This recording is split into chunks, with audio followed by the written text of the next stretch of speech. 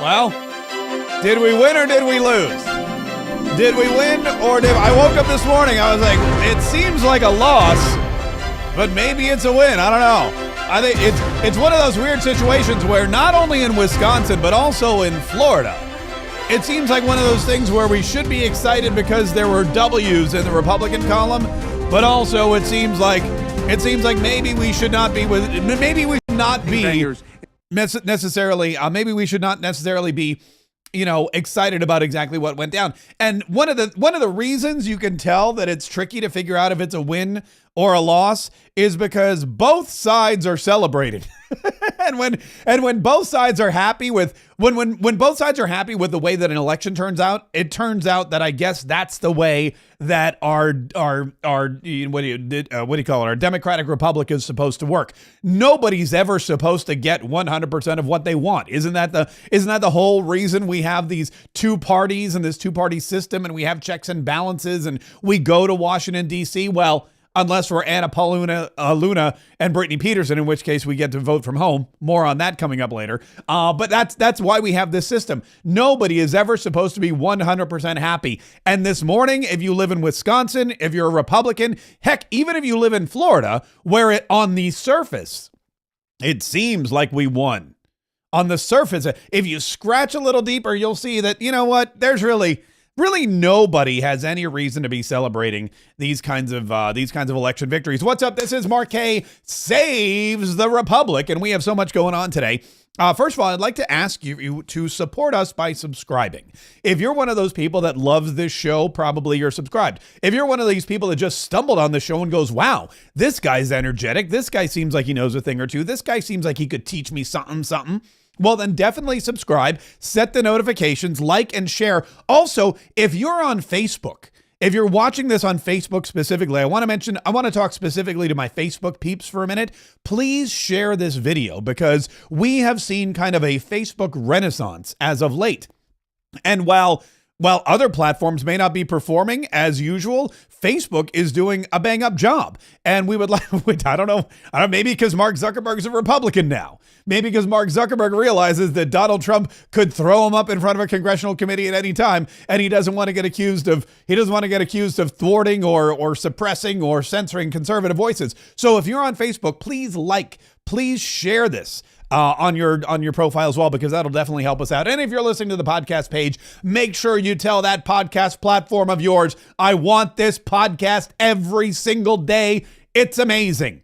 It makes me feel good. It makes me feel smart. It makes me feel excited to be an American. It fills me with a sense of nationalism and pride, unlike anything else that comes through my phone every single day. So iTunes, podcasts, Spotify, iHeartRadio, whatever you're listening to, make sure you tell them to deliver Mark Kaye Saves the Republic every single day, because it's cool, because we want you here every single day. If I'm going to be here every single day, you might as well be here every single day. That's what I think they're trying to tell Anna Paulina Luna and Brittany Peterson in the House of Representatives is like, look, ladies, if we got to show up for work, you got to show up for work. But that's like I said, that's something we'll get to a little later on. But the question about what happened in Wisconsin yesterday and what happened in Florida yesterday remains. Was it a win or was it a loss? Now, in Wisconsin, we'll start there. You had two elections. There was the election for the Supreme Court, and the election for the Supreme Court went to Susan Crawford. Susan Crawford won that election in Wisconsin,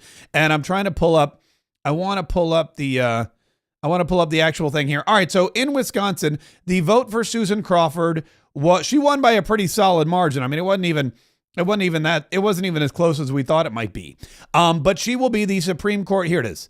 It looks like this was about 95% of the votes in. Susan Crawford, the Democrat, won by 1.2 million votes. Brad Schimmel tallied 1 million votes, a little more. So she won by about, looks like 8.5%. 8.5% is a solid finish. It's a solid victory. And of course, hopefully all of those are legitimate votes. Hopefully it wasn't those Doge Social Security number having illegal immigrants that were voting in Wisconsin to make it go that way. But Susan Crawford will be the next Supreme Court justice for the state of Wisconsin, and as a result, will keep the court liberal.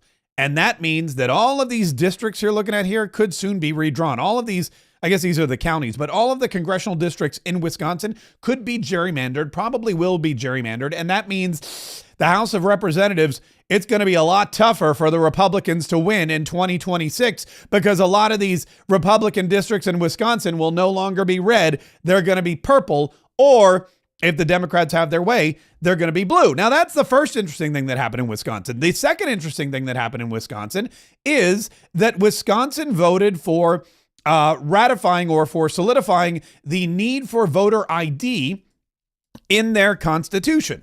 Why is this weird? Well, because voter ID is not it's not a very popular concept with liberals. Left-wing lunatic socialist liberals don't necessarily think that having voter ID is a good thing. They think that it suppresses the vote, that it keeps minorities and women and old people from voting because apparently old people and women and minorities can't get driver's licenses. I don't know what their whole thought process is here. But yesterday in Wisconsin, basically here's how it shook out. Yes, 750,000 or 62% of the voters said, yeah, we want voter ID. No was about 38%. That was only with 50. Let's see if I can find a more. That was only with 51% of the vote. And let me see if I can find a more. Here we go. This one is with about all of the vote in, I think. And it looks like we've got 61.8% to 38.2%. So almost 2-to-1. I mean, it wasn't even a question. The people in Wisconsin don't want illegal immigrants, dead people, people who aren't supposed to vote, or people who vote multiple times to vote.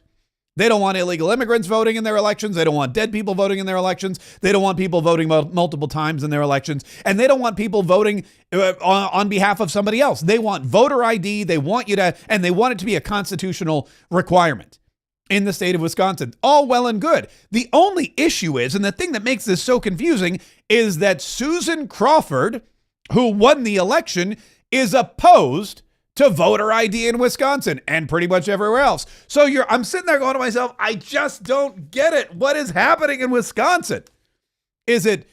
Are their cheese curds bad? Did they have too many Schlitz before they went to the polling place? What is going on in Wisconsin? How is it that you say we demand voter ID be inserted into our Constitution and forever ingrained in the document of our state? We want this to be a state that requires constitutionally voter ID because it's so important to us. And at the same time, on the very same day, we're going to put in this woman who's a radical lunatic leftist who opposes voter ID. I think they're effing with us, man. I think Wisconsin's just effing with us. I think they're like, hey, you know what? Let's screw with everybody else in the country.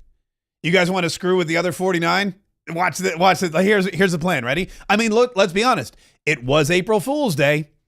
It was April Fool's Day yesterday. And Wisconsin we all look like fools. Like Elon Musk spent millions of dollars in Wisconsin, and he got half of what he wanted.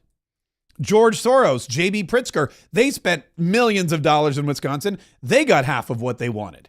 It's really a bizarre thing. And like I said, if everybody's happy, then nobody should really be happy. If everybody's celebrating a win, then nobody really won.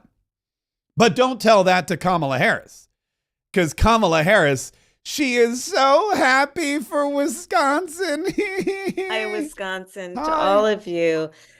I just wanted to pop by to say thank you. You all are just extraordinary. You love our country. You care. You are making such... Here's what I don't understand. If you're watching this online, you get it. If you're listening to the podcast, Kamala Harris is saying good things about Wisconsin, and this is the other thing that's confusing. She's praising Wisconsin and she's saying we won, but she's shaking her head no. So while she's saying all these good things about Wisconsin, she's shaking her head no. So it seems like she's just lying. Hi, Wisconsin, to all of you.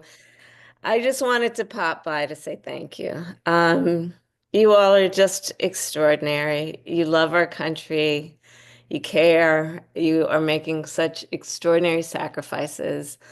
on behalf of so many people, on behalf of communities, on behalf of people you may never meet. And I just say thank you. Hi, Wisconsin. I don't understand it. She's saying that she's like, oh, you care so much, Wisconsin. Hi, Wisconsin. Yeah, hi. You care so much, You Wisconsin. all are working on behalf of an individual, a candidate in Judge Crawford, who will always fight to protect your freedoms and your rights. Except for your right to voter ID, which maybe that's what it is. Maybe that's what they were thinking. Maybe There is these an people, unelected billionaire. hold on, we'll get to this in a minute. Maybe that's what people in Wisconsin were thinking. If there's anyone from Wisconsin, I know there's a couple people from Wisconsin who watch this show. One of them is our moderator, Julie. And I know that there's people in Wisconsin who watch this show. Maybe they could pop in the chat and explain it to me. But I don't understand how you vote for a liberal judge who's going to fight to maintain who's going to fight against voter integrity, basically, and then you vote for voter integrity. Maybe that's what it is. Maybe that's what it was. Maybe the whole time you're thinking to yourself, you know what I think? I think we need a check and balance on ourselves. Who knows? But the other thing that they like to do is they like to go after Elon Musk. There is an unelected billionaire who should not and will not have a greater voice than the working people of Wisconsin. Okay, now this is something that's really weird to me because there were a lot of billionaires. There were a lot of billionaires involved in this race. There was George Soros, who poured so much money. He just poured so much money into this race because George Soros, likes to control American politics, even though he's an unelected billionaire. J.B. Pritzker from Pennsylvania. J.B. Pritzker from Pennsylvania also poured a boatload of cash into this race. And guess what he is? Who said unelected billionaire? Well, he's elected, but he's elected in Pennsylvania, but he's an unelected billionaire in Wisconsin, and he poured money into the race. Why is it just Elon Musk that these people attack? Why is Elon Musk the only billionaire that can't have a voice? There is an unelected billionaire who should not and will not have a greater voice than the working people of Wisconsin. And you know what? She actually gave it away. She said it right there, and CNN backed her up on it. They don't just hate Elon Musk because he's playing their game. Their game is find radical socialist billionaires to pump money into every facet of the American political system and get their lunatic socialist candidates elected, whether it's Supreme Court justices or governors or judges that we can put on the bench, or somebody who's going to appoint a judge that can go on the bench, whether it's school board officials who are going to allow this woke crap to continue in the school system, whether it's, state officials, Congress people. There's a ton of folks out, the president of the United States. George Soros has had his grimy little Austrian, sauerkraut and mustard smelling fingers in every election in the United States in the last 30, 40 years, and he does it so that he can have control, so that he can continue to build toward this one world order that he wants to dominate, along with Klaus Schwab and all his other wackadoodle friends from all over the world. But here in the United States of America, we also have billionaires who are more conservative and who want to fight back. But the problem is that George Soros doesn't come out of the woodwork. He just writes checks. And J.B. Pritzker didn't really come out of the woodwork and campaign. He just writes checks. If you are a quiet, silent economic force driving your agenda, then the Democrats are okay with it. What they don't like is that Elon Musk is not only giving money to the campaign, but he's on his own platform, openly discussing it, talking about it, pushing for one candidate, strategizing on voting, going out, standing on stage, talking about it, and that he's not just a quiet, behind-the-scenes angel investor in our political system, but he's also a vocal advocate who is out there and who is going to fight every way that he can. And CNN's Jake Tapper basically said that on their broadcast yesterday. And then go on about saving humanity. It's just an ego trip. Well, what's interesting about it is you heard anytime anybody brings this up, a Republican will say, well, what about J.B. Pritzker and what about George Soros and what about this, what about that? And I guess the answer is you don't see George, first of all, George Soros in you don't see them out there talking. Yeah. No. Right? I mean, they might be giving money to organizations, this and Right. that, and people can criticize that They if all they want. do. They all But the idea that oh no, I am going to tell these voters, forget hiring Scott Walker to do it or Right. somebody on the Milwaukee Bucks, I'm going to tell them. Right. No, he has to suck up all the oxygen. There's only one other person that needs more attention, is Donald Trump. And They're mad because Elon Musk isn't just, paying people off. George Soros, he just pays people off. George Soros gives money to people like, Beyonce to show up for 3 minutes and not sing in Houston and think that's going to get Kamala Harris elected. That's what they do. They pay other people. Why is Elon Musk not paying celebrities to go out on his behalf? Why is Elon Musk not just quietly giving to campaigns? Why is Elon Musk not just giving money to PACs and hiring protesters to go and stand on the ground and throw bricks through windows like, George Soros says? Why isn't he quietly funding a group like Antifa? Why does he have to be the superstar celebrity? Why is he out there speaking? Shut up and write the check. George Soros doesn't speak. Number one, George Soros barely speaks English. When he does speak, you can't understand what that guy's saying. So thank God he doesn't say anything. But at the same time, you see his son out at all the parties. You see his son out at all the big events. You see him at all the games, sitting in all the owners' boxes with all the liberals, and he's living his best life. But the Constitution guarantees freedom of speech. And you can go out and you can do and say whatever you want in support of whatever candidate you want. And you can not only do that, but you can speak with your pocketbook. You can do both. You can and should do whatever you want to do. Now, for most of us, like, for example, maybe you have a lot of money, but you don't like to talk or you don't want to be politically out there in the open. So you just write a check and you forget about it. Or maybe you don't have the money, but you can go out there and knock on doors or make phone calls or put a sign in your yard or get on the internet and yell and scream about why your candidate's better than the other candidate. That's what I do. But you have the option to do one, you have the option to do both, and you also have the option to do neither. But it is a weird election yesterday because we're still scratching our heads going, did we win or did we lose? In Florida, there were two special elections, and both of them, again, were kind of head scratchers. They were kind of head scratchers, and I'll start with U.S. House District 1, Jimmy Patronis. Jimmy Patronis was running for District 1. That's Matt Gaetz' seat. Matt Gaetz was a very popular representative. Well, not with other representatives in Congress, but with the people that he represented in the Panhandle. And Matt Gaetz he won repeatedly, even after he took out Kevin McCarthy. And after Kevin McCarthy spent millions of dollars trying to unseat Matt Gaetz, he actually won by a bigger margin than he ever did. People in the Panhandle enjoyed their representative and they supported him. And Donald Trump was a big fan as well, tapped him to be attorney general, which apparently was an overreach because Matt Gaetz resigned from the House of Representatives, began the process of vetting in the Senate, and pretty soon realized it wasn't a process that was going to go well for him or the president. So they withdrew his name from nomination and contention, and Pam Bondi became the head of the Department of Justice. Pam Bondi became the attorney general. It's exactly what the Democrats wanted. It's exactly what a lot of Republicans wanted. And now we see that we have, a capable, but not maybe as firebrand an individual in charge of the Department of Justice. So Jimmy Patronis, who was the CFO of the state of Florida, he worked for Ron DeSantis. And Jimmy Patronis resigned his position as CFO because Donald Trump said Jimmy Patronis should run for office. And Jimmy Patronis ran for office. Jimmy Patronis ran for office and he got 56.9% of the vote.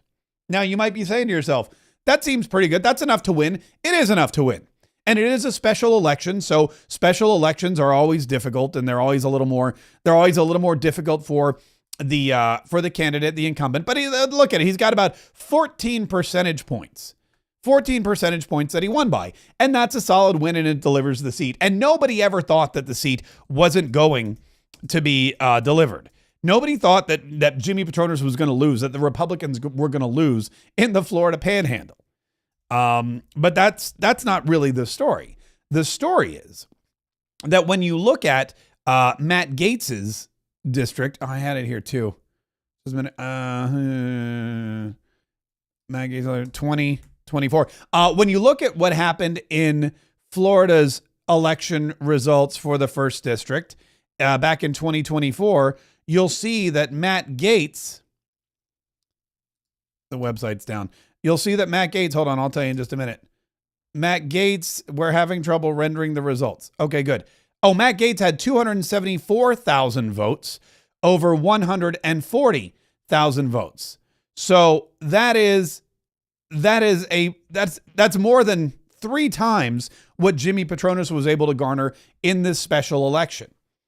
It was not the monumental win. It did not drive as many Republicans out as we thought.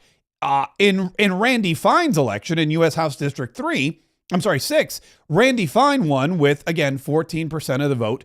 But keep in mind, this is a district that Mike Waltz won by plus 25.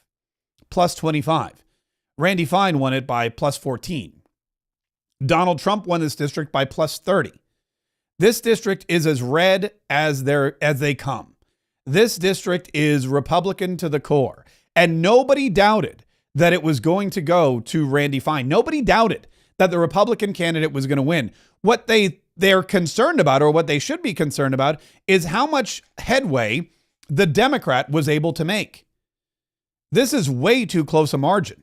This should have been 60 to 30. This should have been, I mean, even in 65, 35, whatever it comes down to, this should have been a dominant race. This was a gimme.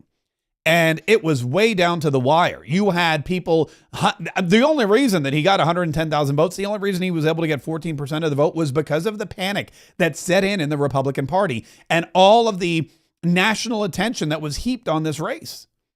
This was a cakewalk that turned into a marathon. And that is something that the Republicans are going to have to contend with and make sure that they're prepared for in 2026. Now, there are some Republicans who say, look, a win is a win. And by some Republicans, I mean Byron Donalds, another representative from Florida, from the West Coast in Naples, who is running for governor in 2026. He said, look, I don't care if it's 100,000 votes or 100 votes. A dub's a dub. No. When you deal with special elections, a win is a win. First and foremost, are Democrat voters very motivated to get to the polls? Yes, they are. They're not happy with some of the things that Elon Musk is doing, going through the federal agencies, actually cleaning out the waste, fraud, and abuse that has really been damaging the federal agencies for a very long time. You see Democrat officials up here on Capitol Hill, they're upset about it. And so, yes, is the base of the Democrat Party upset? They are, and they're motivated. But when you take a step back and you look at the reality, Republican voters turned out, not to the degree of a presidential election, because that doesn't ever really occur in specials, but they turned out, and both Jimmy Patronis and Randy Fine had double-digit victories. So everything in Florida is just fine, and it's going to get better from here. Okay, so that's Byron Donalds. And of course, he's running for office in Florida, so he's going to let everybody know that Republicans have secured victories. And look, it's a double-digit victory. That is true. But it comes down to whether or not you have the best quality candidate to move forward in a general election. And a general election is going to bring a lot more scrutiny, a lot more money, and a lot more voters. For example, in an election, everybody thinks an election's an election. It is not. There are different kinds of elections. For example, there are special elections, which are typically the least voted on. The special elections bring out what's called the super voters, and the super voters are people who they vote in everything. They are dedicated. They are part of the party. They go to the meetings. They donate the money. They do the door knocking. These are the people that watch the polls. Super voters follow politics. It's not just their hobby. It's their responsibility. They are the people that know who's voting or who's running, what they voted on, what they would vote on, how they'll represent them. They know their stance on everything. They know everything these people have done, and they go out and they share it. The super voters are the ones typically in the special election that choose the winners. In primary elections, you have a different story again, because you have just voters of one party voting. You typically, depending on your state, sometimes there's open primaries, but you have voters of one particular party choosing their candidate. And that gets a little bit more scrutiny. And then in the general election, forget about it. All votes are off. And the reason all votes are off in a general election is because Democrats can vote for Republicans, Republicans can vote for Democrats, Libertarians can vote for Republicans, Libertarians can vote for undecideds, Green Party candidates can vote for anybody. You can get not just the voters in your own pool, but you can get any and all voters in your district. And that opens up more money, that opens up more support, that opens up more candidates. and it's going to be a tougher fight. So you want to make sure that the people that you're putting in a position of being the not just the candidate, but you want to make sure, look, if you've got an incumbent, you want to make sure that your incumbent is the best incumbent you can have. And in this particular case, there's a lot of question about whether or not those incumbents are going to be able to battle back in the general election in 2026. Also, the election in 2026 is not a presidential election. Donald Trump is not on the ballot in 2026. Nobody will be rushing out there to vote for President Donald Trump. He's not going to be campaigning the way he usually campaigns. He's not going to be doing rallies. He's not going to be driving trash trucks up in Milwaukee, Wisconsin, or in Wisconsin to the rallies. In fact, maybe that's what Brad Schimmel should have done. Brad Schimmel should have rolled up in a trash truck. That's maybe what he needed to do. Maybe that would have pushed him over the edge, wearing one of those orange vests. We're not going to have any of that. There's going to be no Donald Trump doling out French fries at the Mickey D's. That's not going to happen in 2026. The amount of pressure and output and publicity will be far less than in 2024. 2024 was one of the most exciting, most invigorating, most well-covered, most looked forward to elections we've ever seen. I mean, the man got shot in the side of the head, for crying out loud, popped up with blood running down his face, threw his fist in the air in front of a perfectly placed American flag, and yelled, "Fight, fight, fight." That's not going to happen in 2026. It's never going to happen again. We just lived through the once-in-a-lifetime election where you get more enthusiasm and more support and more activity than you ever will see in any other election in the future. Not only that, we don't even have a president on the ballot. So in 2026, the voting turnout will be down. And that means that you're going to need the best quality candidates. And there's a lot of Republicans out there that are not good quality candidates. Why?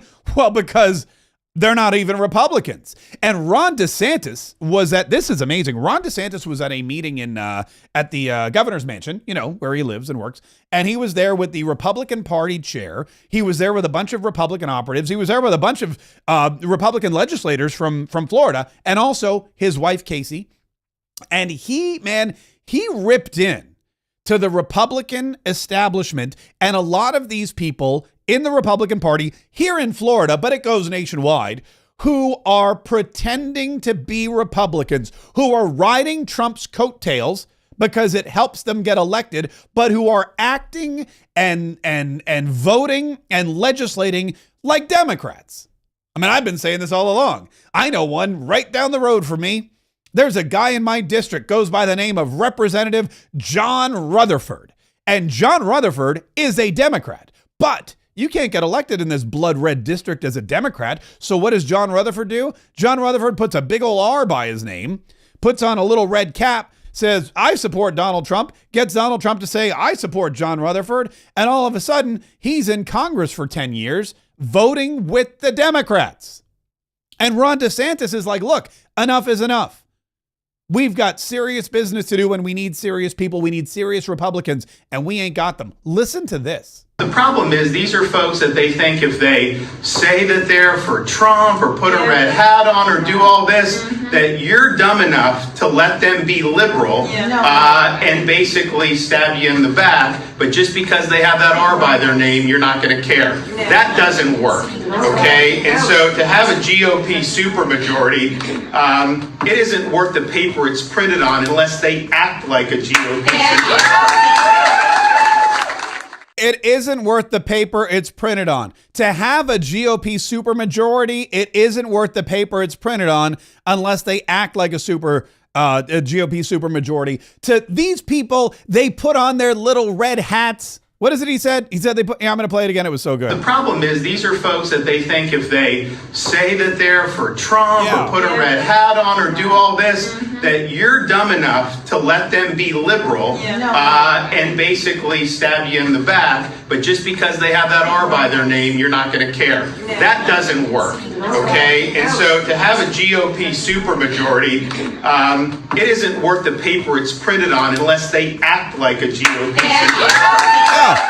You get out there and man, there's so many people who could be talking. There's a lot of Republicans in the Republican Party who are not Republicans. There are a lot of Republicans in the Republican Party who vote with the Democrats, who vote with the warmongers, who vote against the United States of America.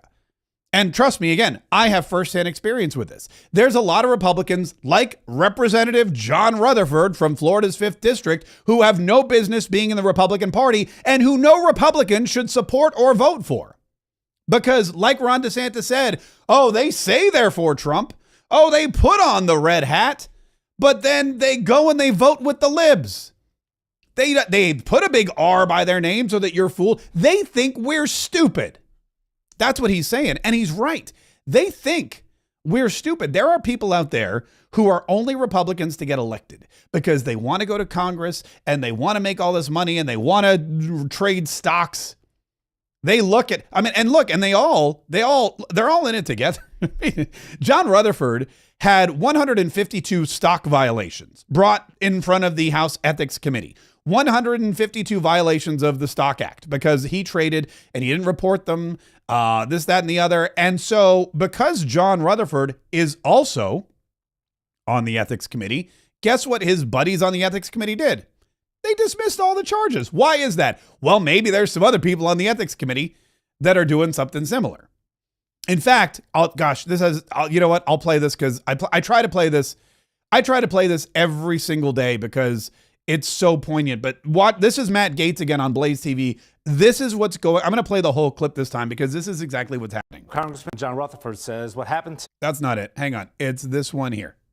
So one of the committees where people have a lot of information is the Appropriations Committee, because they can view almost any vector of government funding. And so, this is Mr. Rutherford's office. He's on the Ethics Committee and the Appropriations Committee. 152 stock trades. Stocks go through the roof.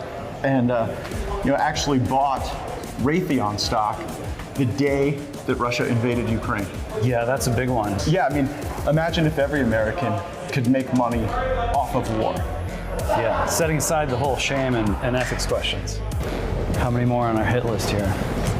There are a few more. I wish there were fewer on the hit list. I wish we could only stop at one or two offices, but as it turns out, energy is a sector that sees a lot of congressional stock trading. Sure. And we have members who are on the Energy Subcommittee of Appropriations, like Michael Guest, chairman of the Ethics Committee, and he's traded somewhere between tens and hundreds of thousands of dollars in energy stocks. He's been buying online gaming stocks and just making a killing on them. So you would think that the people that were on the Ethics Committee would be your best allies in this fight, but indeed they're some of the most prolific traders. And not only trading, but in the case of Mr. Guest, trading in an area where he has access to energy information more so than almost any other American. Come on, that shouldn't even be a thing. That you shouldn't be able to be on the Energy Committee, trade energy stocks, and then be the chairman of the Ethics Committee so that nothing ever happens to you. That's what's happening. That's why these people continue to go to Congress. That's why they put on the red hats and they say they support President Donald Trump, and then they don't. They go there and they take advantage of their positions for their own personal gain. And we see it over and over again. And that's not going to fly anymore. Ron DeSantis said we can't have that anymore. And we can't have it coming up in the upcoming elections. We need people that are serious. Like this whole mess with proxy voting, which is ridiculously timed and totally unnecessary. Proxy voting, I don't understand why now of all time. Why is it now that we have to have a proxy voting war in the House of Representatives? I understand that Anna Paulina Luna had a baby, and congratulations. And having a baby is an amazing thing. Having a baby, I haven't had, but my wife had two of them, and I love them both. They turned out to be great people. Don't know how that happened. I think it was probably my wife's doing. But Anna Paulina Luna had a baby. Brittany Peterson from Denver, Colorado, also had a baby, and they would now, after 2.5 centuries of no proxy voting in the House of Representatives for women who've had children, now they think that there should be some kind of maternity leave where you can vote by proxy if you've had a baby, or because, I guess they're borrowing a page from the Democrats. They want paternity leave. So if you're a representative who's a male and your wife has a baby, then you can also vote by proxy for 12 weeks. 12 weeks. 12 weeks, FYI, is 3 months. Your term is only 24 months. I mean, when you think about it, this is like 1/6 of your entire term. You can just stay at home with your baby. Could you imagine if 1/6 of your career, you could just stay at home? You just stay at home with the kids and the wife and hang out and have somebody else do all the voting for you while you're getting paid? First of all, I have a serious issue with the 12 weeks. I also have a serious issue with the proxy voting because guess what says you can't have proxy voting? Oh, yes, the Constitution of the United States of America. But Brittany Peterson and Anna Paulina Luna, who are both new moms, and we're not knocking having babies, have all the babies you want. Our good friend Kat Kamek from Florida's District 3 just announced that she too is having a baby. She's due in August. Last time I checked, well, okay, Congress is not in session the month of August, so that's actually good planning. That was very good. But anyway, but she's eventually going to have to go back to work in September. The baby will be 4 to 5 weeks old. And she's going to have to go and vote because that's what happened. She decided to become a congressperson, and that's part of the deal. Brittany Peterson and Anna Paulina Luna said, no, we don't want that. We want proxy voting. We want to push through a rule that says that women who have a child and men who are married to women who have children can vote from home. And by proxy voting, basically what happens is they write a letter to another representative, and that representative votes on their behalf. Okay, so the one representative votes for that representative. There's like a note, but there's all kinds of craziness that can handle. I mean, you open up the door to all kinds of potential problems with proxy voting. It's a whole new level of infrastructure, or it's a whole new level of administrative stuff that you have to take care of. That you need the legal questions behind it. Number one, you're going to need lawyers. There's all sorts of questioning of ballots. It's just a mess. Also, it's unconstitutional.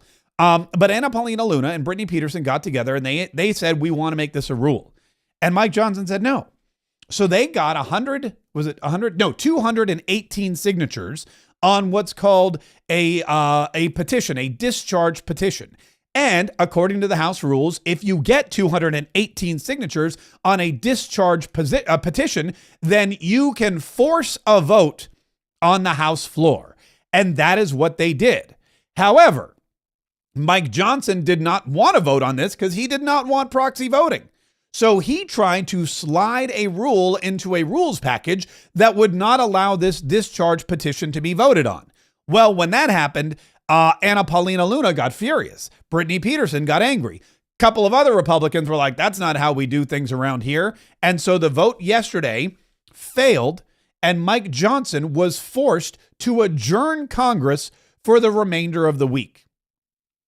Here is Brittany Peterson from Colorado with her son on the floor of the Congress pleading with Mike Johnson to allow pregnant women, new moms to vote from home. Mr. Speaker, I rise today in strong opposition to this rule, which restricts moms and dads from doing their jobs after welcoming a new child. Like so many of our colleagues, it's one of my greatest honors to be a mom. I have 2 little boys, a son named Davis, who's 5, and my little guy here, Sam, who's now 9 weeks old. It's also one of my greatest honors to have been elected by my constituents to represent them in Congress. Okay, I have a question. And I don't know if, I don't know. Maybe it's because I'm not saying I'm the most commonsensical person, but I feel like I have more common sense than any Democrat I've ever met. But I have a question here, okay? If this woman, okay, can bring her child to the floor of the House of Representatives to argue against a rule saying that she can vote from home, why can't she bring her child to the House of Representatives to just vote? I mean, there's no rule that says you can't have your baby in the House of Representatives because look, there she is in the House of Representatives. She got the baby. She got the burping cloth. She's bouncing him up and down, trying to keep him quiet. He's very cute. No one else seems like they're complaining. I'm sure if he poops, there's probably some kind of changing station somewhere. She could go back to her office. I'm sure she has all the, there's the diaper bag and the onesies and all this. You carry all that crap around when you're a parent. But why is it If she's there now with the baby, why can't she be there to vote with the? I don't understand why that's not possible. I can tell you, after being a mom here and being only the 13th member to have ever given birth while serving in Congress, voting member, I can tell you we have a long ways to go to make this place accessible for young families like mine. Okay, again, I don't, maybe there's something I must be missing something. She's saying we have a long way to go to make this place accessible for young families like mine. How many places do you know where you can go and work and stand and give a speech to the world while you're holding a baby? This does not seem inaccessible to her young family because her young family has access. And again, I speak because I've been to Congress. I've been everywhere in Congress, but I've been to Congress. And I think that the Capitol building is like a small city.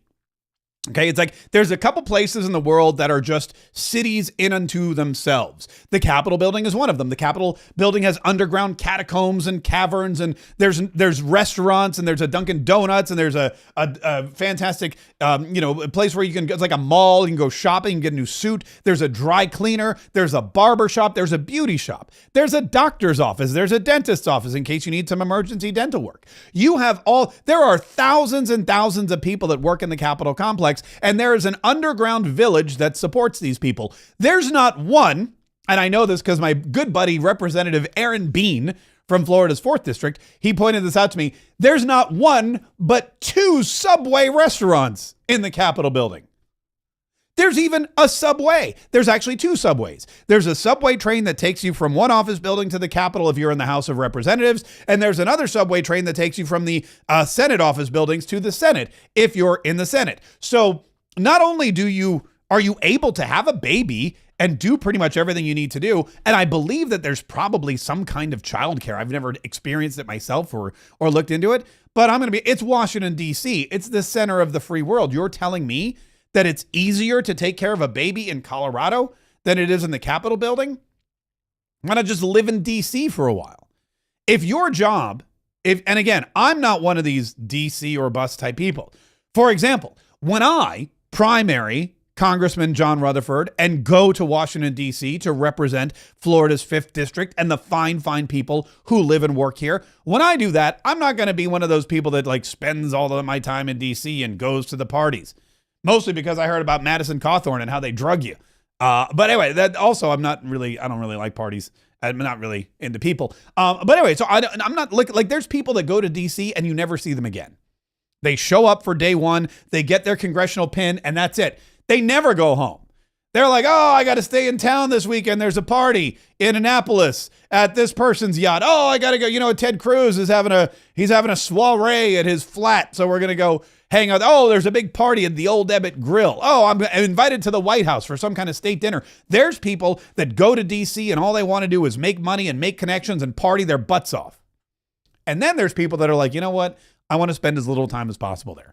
I want to go in Monday morning. I want to vote till Thursday night. And I'm on that first plane home so I can wake up Friday morning in my district. I can spend the weekend there Saturday with my family, with my people, coaching Little League or football, I-9 football at the UNF, whatever it is you're coaching.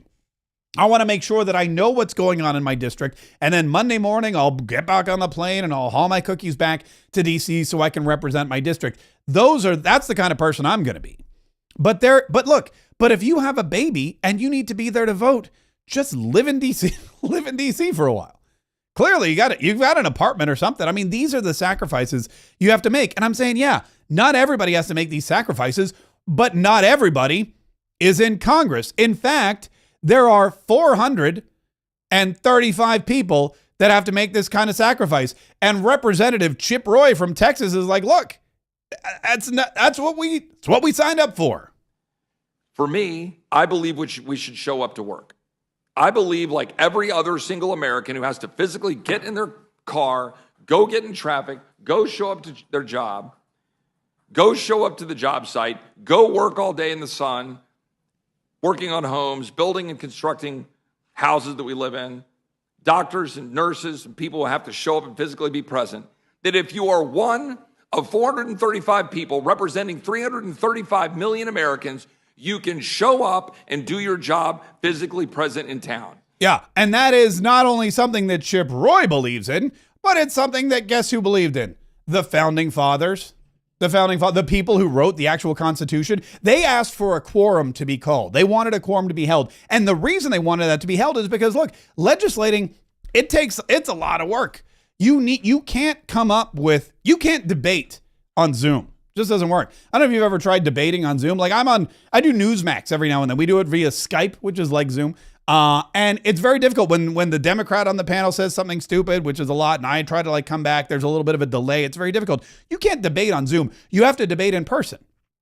You have to bring everybody together, and you have to put them in the same room, and you have to say, here's what we believe, and then they have to go, here's what we believe, and then you go back and forth, and then you adjourn and you go back to your office, but you don't really go back to your office. You go to a conference room and you meet with some smaller group of individuals. You try to come up with a plan, and then you go to the speaker's office, and then you go back to your office and you're on the phone, and then somebody stops you in the hallway and goes, hey, I got an idea. And you go, what's your idea? You go, let's just do this, that, or the other. And like 75% of legislation, 75% of the agreements that are made in the hallways of Congress, not in the conference rooms, not on the floor, not even in the individual representatives' offices. They're made in the hallway.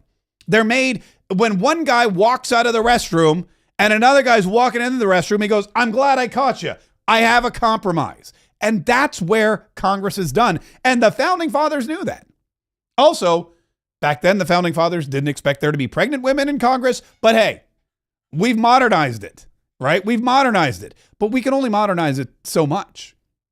And the problem is that if you start allowing proxy voting for pregnant women, then you're going to start allowing proxy voting for, hangnails, men with sniffles, my aunt has gout. I mean, where does it end?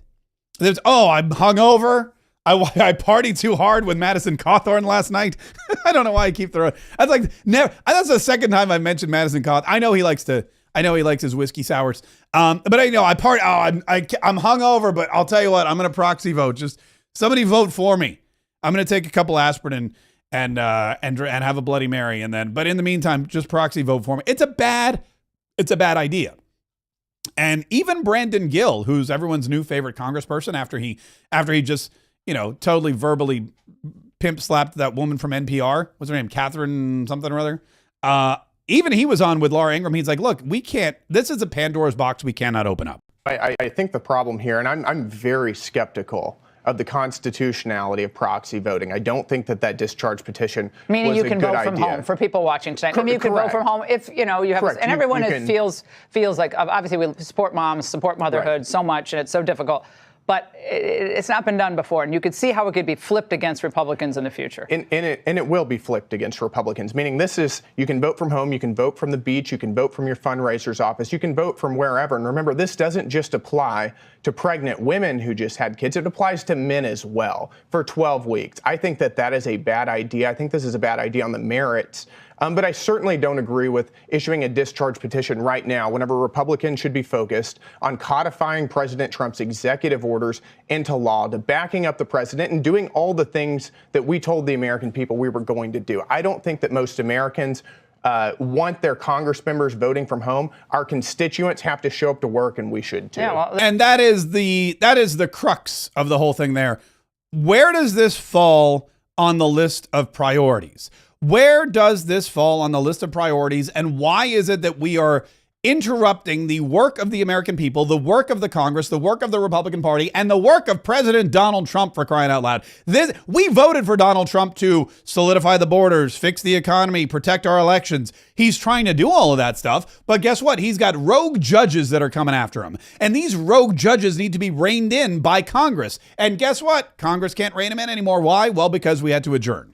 Then you've got the whole issue about, the SAVE Act and protecting election integrity, because guess what? There's an election coming up in 2026, but guess what? We can't vote on the SAVE Act because, Congress is now out of session. And Mike Johnson was not a real fan of any of this stuff, as you can tell by this soundbite he gave to the media after he walked out of the vote yesterday.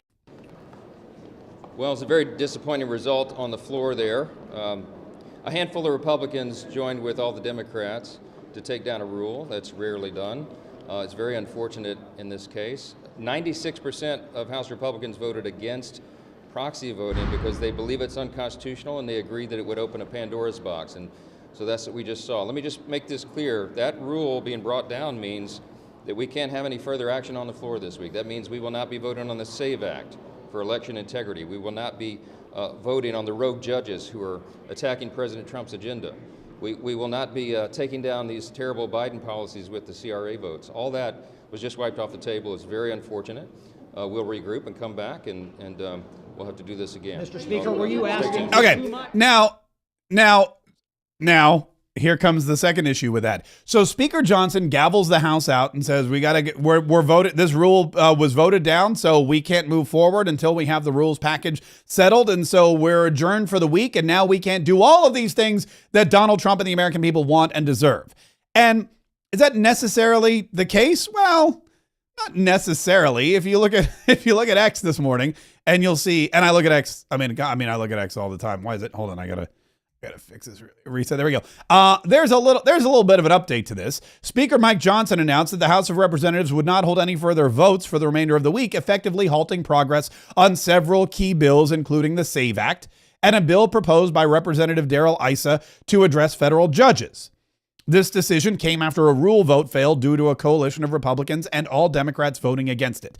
Despite having the authority to call for a new rule vote at any time, Speaker Johnson chose to end the week's legislative activities early, prompting widespread criticism from supporters of President Trump's agenda, who are urging the House to reconvene and address these issues. Now people are lashing out at Speaker Johnson. And look, is he the best person for the job? No. Is he the strongest speaker we've ever had? No. Is he Nancy Pelosi in a suit? Absolutely not. But Mike Johnson, if he calls a new rules package vote, is still going to have to face this vote on the proxy. And the vote on the proxy is going to go the wrong way because we had 9 Republicans who voted with Anna Paulina Luna and Brittany Peterson and all the other Democrats. And, I hate to say it again because, look, nobody hates moms. Nobody hates expectant moms or new moms. New moms are great. But the fact of the matter is that proxy voting is unconstitutional. It's bad for America. And it's now put 9 Republicans in a position where they voted with all the Democrats. And Republicans should never have the phrase voted with all the Democrats in their vernacular. The Democrats, notice, all voted together. Again, the Democrats can all vote together every single time when it behooves them. The Republicans can't seem to figure that out. And so now they're off for a week, and Anna Paulina Luna is under fire, and Mike Johnson is under fire, and the Republicans are not going to get anything done. And it is not the way we wanted to celebrate our first ever Liberation Day. I will say this before we get to Liberation Day. Mike Johnson, the Speaker of the House of Representatives, would not be Mike Johnson, the Speaker of the House of Representatives, if it weren't for, again, Republicans out there who were acting like Democrats, Republicans out there who would not, like Ron DeSantis said, who wore the red hat but didn't support Donald Trump. The problem is these are folks that they think if they say that they're for Trump or put a red hat on or do all this, that you're dumb enough to let them be liberal and basically stab you in the back. But just because they have that R by their name, you're not going to care. That doesn't work, okay? And so to have a GOP supermajority, it isn't worth the paper it's printed on unless they act like a GOP supermajority.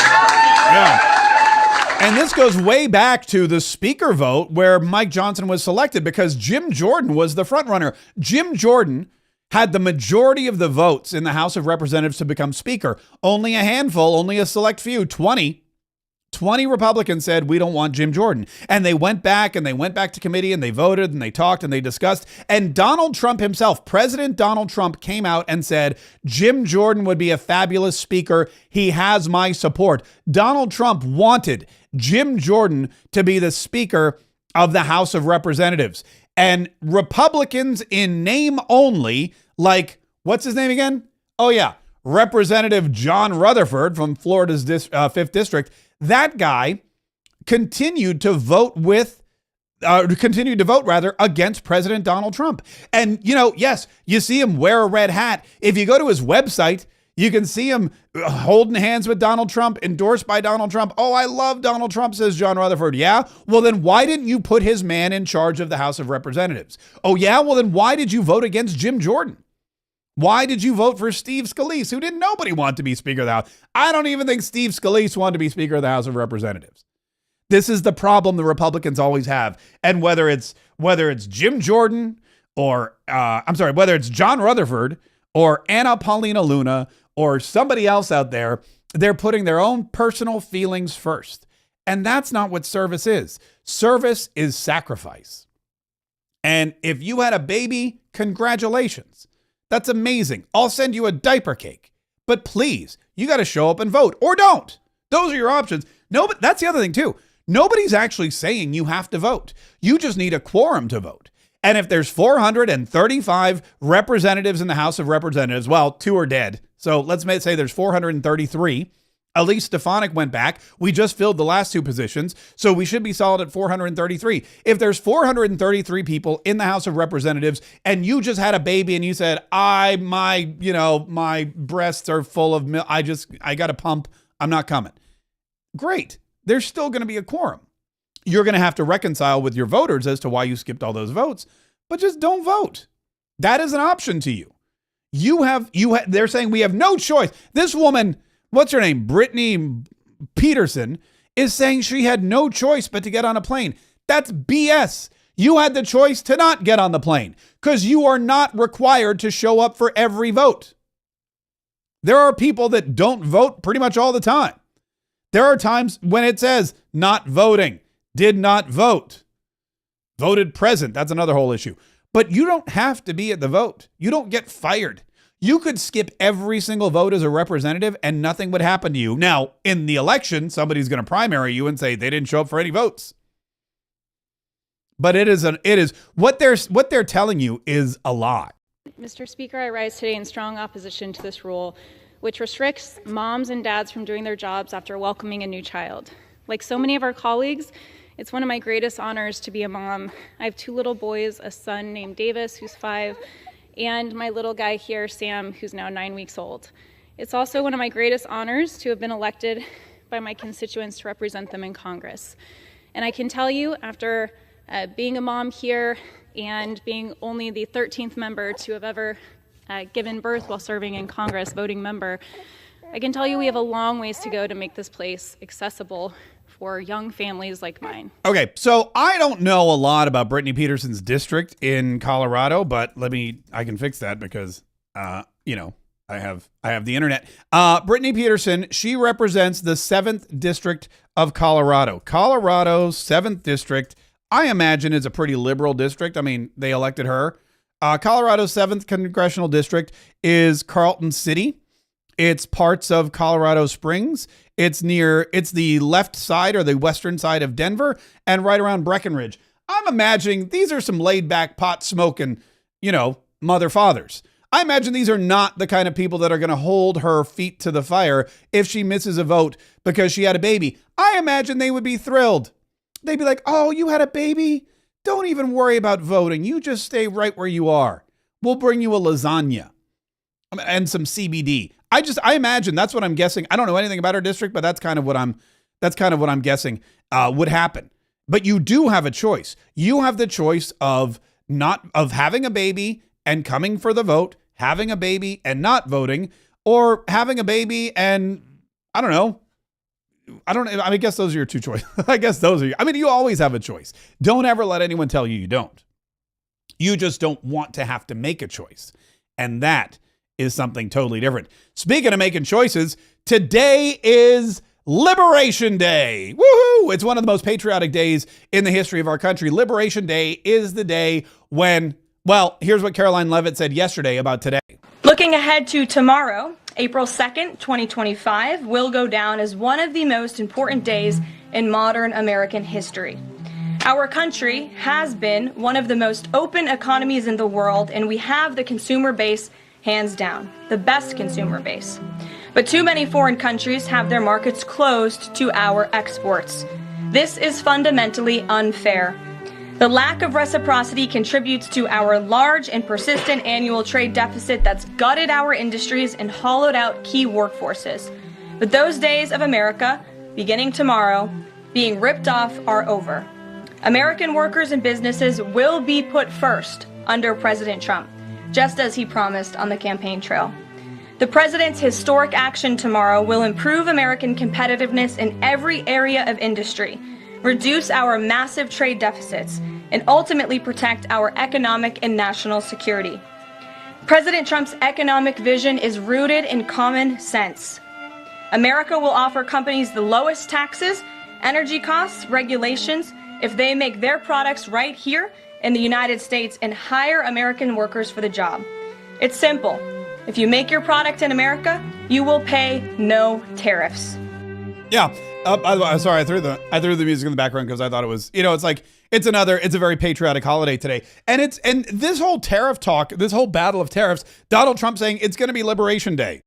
We are going to have more money. We're going to have more freedom. We're not going to be bullied anymore. They're going to stop taking advantage of us. All of that is actually true and it's actually happening. And what Donald Trump said would happen, there's just example after example after example. I pulled up the first thing I saw on Breitbart when I went there this morning. Look at this. This was yesterday. Israel ends all tariffs on U.S. goods ahead of Liberation Day. So Israel saw Liberation Day was coming. They know Donald Trump ain't messing around. They're like, there's no joke. We're gonna just drop all the tariffs. Israel announced Tuesday that it would end all tariffs or customs duties on U.S. imports just one day before President Donald Trump was set to announce reciprocal tariffs in a Rose Garden ceremony dubbed Liberation Day. A joint statement by the Prime Minister's office, Finance Ministry, and Economy and Industry Ministry said, at the directive of Prime Minister Benjamin Netanyahu, Finance Minister Bezalel Smotrich, and Economy and Industry Minister Nir Barkat, Israel has canceled all of the customs duties that have been levied until now on products from the U.S., Israel's largest trading partner. Canada. Remember Canada? Canada was all like, well, we're not going to be pushed around by you. Mark Carney, this new guy who they put in office after they kicked out Justin Trudeau. Mark Carney, this guy folded. This guy folded so fast. Remember that tough talking guy from Ontario, Doug, what's his name? DeFord? These guys they talked tough until today. And then they woke up this morning and they were like, oh crap, it's Liberation Day, We're going to get we got to do, Donald Trump, he was serious, Oh no. Let's sit down and discuss this because it's just going to hurt American jobs. I can't stress it enough.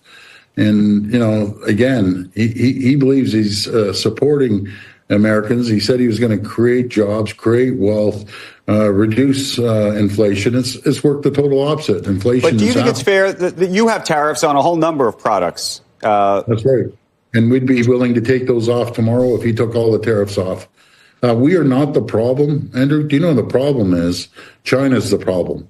And he's taking a blind eye to China as they continue to build their critical mineral mass. We have all the critical minerals that our great neighbors need. This guy, by the way, just said, we'll take all our tariffs off tomorrow if Donald Trump takes his tariffs off. He said Donald Trump's focused on the wrong thing. He's focused on China. Guess who else has tariffs levied on them today?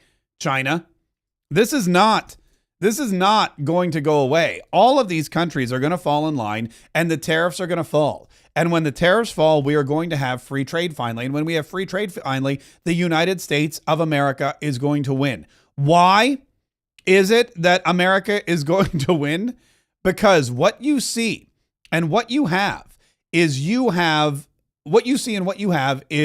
a man in Donald Trump who is going to stand by what his agreement is. And if you finally have fair trade, that means you will no longer have unfair trade.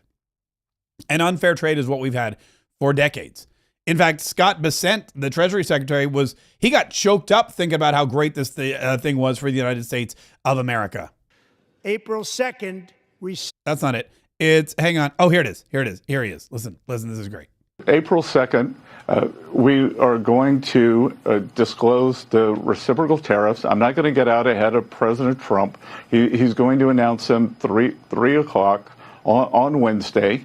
And I think for the first time in decades, probably since I was a college student, we're going to see a fair trade, and everyone will have the opportunity to lower their tariffs, lower their non-tariff barriers, stop the currency manipulation, stop subsidizing labor, stop subsidizing, stop providing cheap loans, and make the global trading system fair for American workers again.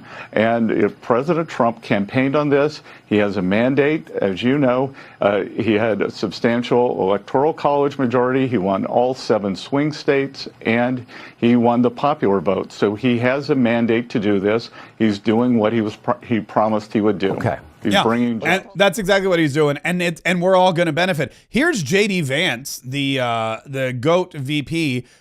He's talking with Chris Cuomo. Listen to this. You have to qualify the understanding based on what we just saw with those 20-plus Nobel winning economists who said, if you do tariffs the wrong way, you wind up spiking prices here that get passed on to the consumer. Yeah. And that was also additive to inflation. And they criticize the Trump administration and its future plan for being at risk of doing exactly that. Sure. So I know that's a criticism that's been out there. Here's why I don't buy it. So first of all, these are the same experts that said shipping our entire manufacturing industry to China, to East Asia, to Mexico would lead to greater American prosperity. They were wrong. It was a mistake to do that. We followed their advice, and now, frankly, a lot of Americans can't afford a good life, can't earn a middle-class wage because we listened to some of those very same people. But the more immediate reason why I don't buy that argument, Chris, is, look, Donald Trump was already president, right? These aren't just plans and proposals. He was already president, and when he was president, you had he did use tariffs, right? And you had the fastest rising take-home pay in 40 years in this country. You had inflation at 1.5%. So, look, you don't have to agree with everything I say or everything that Donald Trump says, but when you actually look at the policy accomplishments, we had low inflation and rising take-home pay, and I think tariffs were a big part of that. I mean, that's the thing. People always forget, or they just neglect to remember, which is totally different, is that Donald Trump, he's not a first-termer here. He's not learning on the job. Donald Trump has done this job. He did it effectively. He got rehired to do the same job again, and he's going to do it even better than before. And this is not economic theory. This is economic fact. This is not something Donald Trump just thought of on the golf course or while, in between the 8th and 9th holes at Trump International, Trump International. This is something that Donald Trump has experienced in his first term. He's been thinking about for his last 4 years, that he put together a team with Scott Bessent and Howard Lutnick and Peter Navarro and everybody else who is going to deliver in economic prosperity like this country has not seen in over 100 years. He is going to bring in more external revenue, drop the costs for all of these consumer goods here in the United States of America, bring in more investment, bring in more manufacturing, bring in more jobs, and bring in the new golden age. And he's going to do it bigger and better and faster than anyone had ever imagined it could be done. And that's why today is Liberation Day. And we should all be celebrating because it's going to change all of our lives forever. Fun fact, by the way, on this Liberation Day, I'm also hosting my Dollars for Followers Masterclass, which is a way for you to liberate yourself. Look, everybody is going to have more money in the United States of America. And if you have a business, you want those people spending that extra money they're going to have with you. Everybody's going to have more money to invest or to purchase things with. And if you have a business or if you want to start a business, there's never been a better time. And what I do every single Wednesday night is I host a masterclass called Dollars for Followers, and I teach you what I've known for years, and that is how to make at least $1 for every follower you have on social media. And if you don't have a lot of followers on social media, we'll teach you how to get them too. It's a $97 class, but today it's $17 because you watch this show. It's $17 because you're a Kayetriot. It's $17 because today is Liberation Day, and I want you not just to enjoy liberation with tariffs and trade agreements and low taxes, but I want you to liberate your own economy. I want you to liberate your own bank account, and I want you to enjoy the freedom that so many people online do. It's a 1-hour class. I'm going to teach you sales skills, social media techniques that I use every single day to earn a living. Basically sitting in front of a camera or in front of my phone and promoting my products and my offers and my services and my businesses. This is 1 hour that will change your life. It is transformative. It is lucrative, and it is so much fun. So join us. Click on there's a link in the description below. You just go, you fill out this little form right here, and you'll get registered for tonight. Like I said, it's $17. I just need your name and your email address, your phone number, and we'll get you registered tonight, 8 p.m. Eastern time. We've got people from all over the country who are joining us tonight, and we want you to be one of them. It's dollarsforfollowers.com, or like I said, click the little link in the description of this video. We'll get you there too, dollarsforfollowers.com. I want to send a special thank you to Howdy Doody, who dropped a $10 super chat and said, tell Canada to pay attention and get out and vote here too. Love this show, Mark. Don't stop what you're doing. I never will. You could try to stop me and you'll fail miserably because I will not be stopped. And with your super chat, that means I can keep going a little bit longer. So I definitely appreciate that. Oh, look, we got some people signing up. Johnny Lynn is going to be at Dollars for Followers tonight. Johnny Lynn, congratulations. I'll see you at 8 o'clock. Sean just registered for Dollars for Followers. Sean Connors, can't wait to see you tonight at Dollars for Followers. I'm telling you, this place is filling up fast. And yes, it's digital, but my Zoom room only holds so many people. So if you want to get in, I would click right now. The show's over. So you can click right now. You can go online to dollarsforfollowers.com and you can get yourself a seat for tonight's presentation at 8 p.m. Listen, subscribe to this channel. Make sure you like, make sure you share, make sure you set the notifications, and make sure you keep coming back. Because as we saw yesterday in Wisconsin, sometimes we win, sometimes we lose, sometimes we don't know what the heck we do. As we saw here in Florida, sometimes we win, but not always. And we've always got to remain diligent. We've always got to remain strong. We've got to make sure we've got the best people in place. We've got to make sure that we are fighting every single day because we're battling every single day. And there are enemies attacking us every single day, not just from outside, but from inside. And we've got to know who our friends are, who's with us, who's against us, and how we can continue to beat back all of the threats to our country and our Constitution so that we can save the Republic. Dollarsforfollowers.com is the website. Like I said, you can hang out with me tonight at 8 o'clock Eastern. I'll teach you all my insider tricks on how you can make at least $1 for every follower you have. Go to dollarsforfollowers.com. See you tonight.